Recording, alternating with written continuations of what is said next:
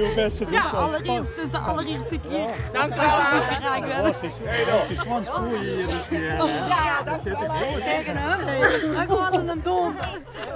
Een van de twee dames-drietallen van schutterij Sint Elisabeth uit het Belgische Stokkum heeft zaterdag in Doenrade het Limburgs Dames-Schuttersfeest gewonnen. De dames kwamen als beste uit de bus na het kavelen door de 35 overgebleven drietallen. Het ging prima vandaag. Dus.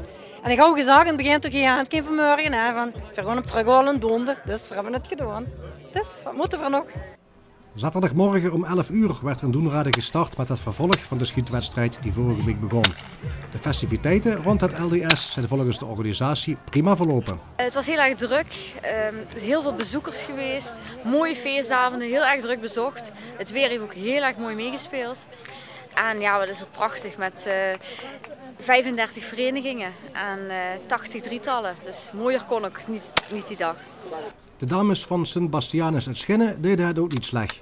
Zij werden uiteindelijk zesde en daar waren de dames heel tevreden mee. Alleen die camera stoorde een beetje. Heel tevreden. Volgende keer moest ik niet meer komen sturen en ik wil de camera niet meer zien. Kom ze zonder de camera, ik heb er gewoon kallen. Maar nu ben ik helemaal van mijn oepinuuske.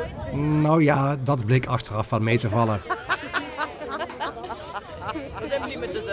De dames uit Doenrade staan weer te popelen om mee te doen volgend jaar. Alleen is het dan niet om de overwinning. Ja, zeker. Het is natuurlijk altijd een hele mooie uitdaging.